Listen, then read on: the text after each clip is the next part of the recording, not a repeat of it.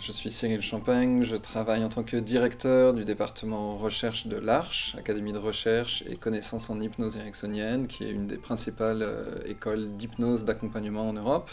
Je travaille aussi en tant que praticien en hypnose, où je fais des séances d'accompagnement individuel avec des personnes. Et je travaille depuis pas mal d'années dans le coaching d'artistes, où j'ai beaucoup œuvré avec des groupes de musique pour faire du coaching systémique. Les 4 grands points clés sur lesquels on va travailler, c'est un travail sur la suggestibilité, un travail sur les émotions, un travail sur l'imagination et un travail sur notre terrain psychologique. L'imagination, c'est pas nécessairement quelque chose qu'on crée, mais c'est plutôt quelque chose dans lequel on a à se mettre dans un état de réceptivité. Ça, c'est ce qu'on va explorer. Le travail sur les émotions va plutôt nous amener à regarder lesquelles on montre facilement, lesquelles on cache, pourquoi et qu'est-ce qu'on peut faire pour doucement, tranquillement aller explorer tout cela.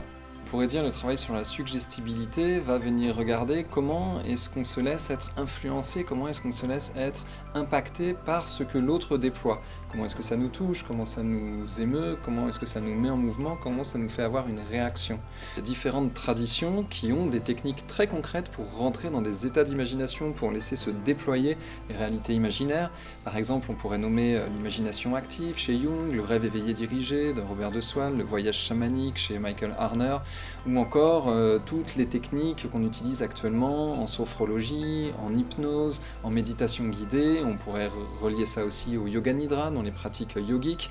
En fait, il y a tout un ensemble de traditions anciennes et peut-être un petit peu lointaines de nous, mais aussi modernes dans notre psychologie, qui savent rentrer dans le matériau imaginaire pour qu'on commence à travailler avec cette possibilité de notre cerveau, avec cette possibilité cognitive, pour qu'on commence à se familiariser avec notre capacité imaginaire.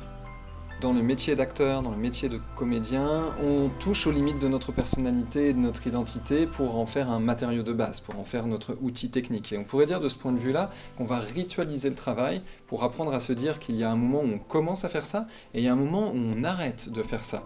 Et c'est surtout, évidemment, surtout la question de comment est-ce qu'on arrête de faire ça qui va nous intéresser pour pouvoir bien mettre la frontière entre les moments dans le travail où on joue avec les frontières de nos émotions et de notre identité et l'autre côté de cette frontière, dans la vie quotidienne, où on va simplement revenir à notre personnalité habituelle sans se poser de questions par rapport à ça.